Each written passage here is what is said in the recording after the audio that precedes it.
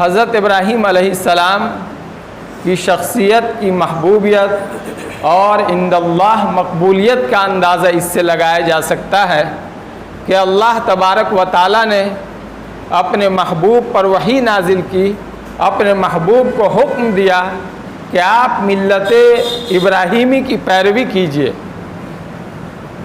हज़रत इब्राहीम अलैहिस्सलाम के तरीक़ों को अपनी ज़िंदगी के अंदर अपनाइए।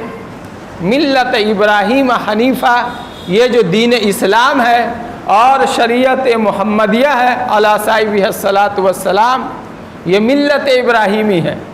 अल्लाह तबारक व तआला ने कुरान मुक़द्दस में बार बार हज़रत इब्राहीम अलैहिस्सलाम का मुख्तलिफ़ उन्वान और मुख्तलिफ़ अंदाज से तज़किरा किया है। हज़रत इब्राहीम अलैहिस्सलाम की बुनियादी खुसूसियत क्या थी, कुरान मुक़द्दस ने उसको वाज़ेह तौर पर ऐलान किया है। इज़ क़ाल लहू रब्बुहु अस्लिम क़ाल अस्लमतु लिरब्बिल आलमीन।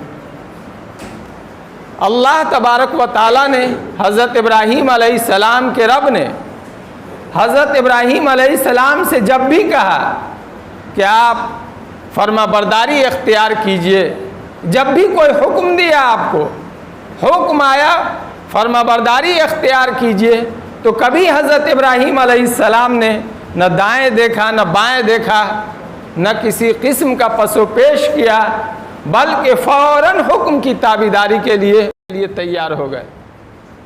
अस्लमतु लिरब्बिल आलमीन, कि मैं सारे जहान के परवरदिगार का फर्माबरदार बन गया।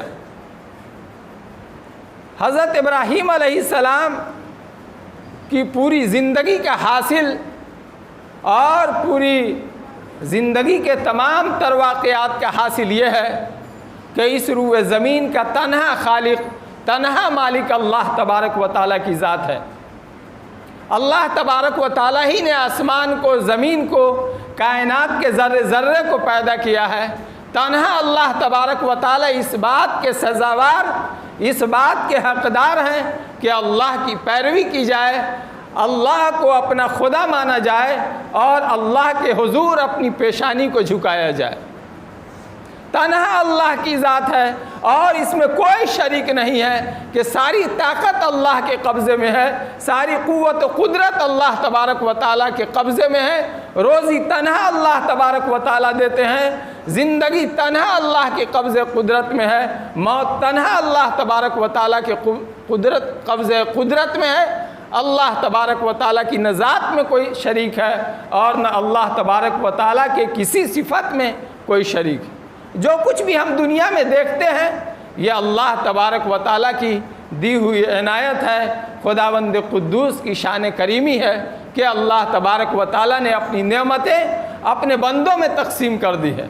कहीं ताकत ज़्यादा है, कहीं हुकूमत है, किसी के पास बहुत ज़्यादा दौलत है, किसी चीज़ के अंदर बाज़ सलाहियतें हैं, जैसे आग के अंदर जलाने की सलाहियत है और पानी के अंदर बहा देने की सलाहियत है, आंधी और तूफ़ान में उड़ा देने की सलाहियत है, तारे में जगमगाहट और रोशनी है, चाँद में चाँदनी है और सूरज के अंदर जो चमक और तवानी है, ये सब कुछ अल्लाह तबारक व तआला का दिया हुआ है। ऐसा नहीं है कि आदमी तारे की जगमगाहट को देखकर तारे को खुदा बना ले और चाँद की चाँदनी को देखकर चाँद को अपना माबूद बना ले और सूरज की ताबानी को देखकर, उसकी रोशनी की आबोताब को देखकर आदमी सूरज को अपना खुदा बना ले।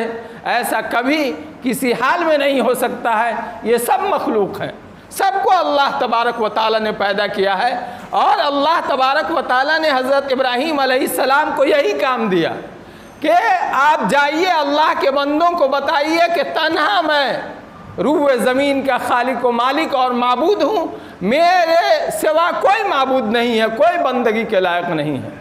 हज़रत शाह अब्दुल गनी साहब फुलपुरी रहमतुल्लाह अलैह ने मारफत इलाहिया में एक हदीस शरीफ नक़ल किया है।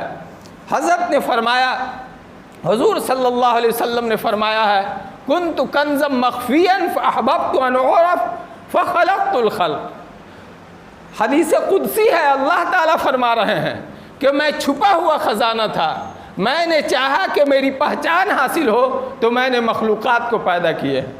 एक ऐसा वक्त था कि अल्लाह के अलावा कुछ भी नहीं था। तमाम अंबिया अलैहिमुस्सलाम की आमद का मकसद सिर्फ़ और सिर्फ यही है कि अल्लाह के बंदों को ये बता दिया जाए कि तन्हा तुम्हारा पैदा करने वाला, तन्हा तुम्हारा माबूद अल्लाह तबारक व तआला की ज़ात है।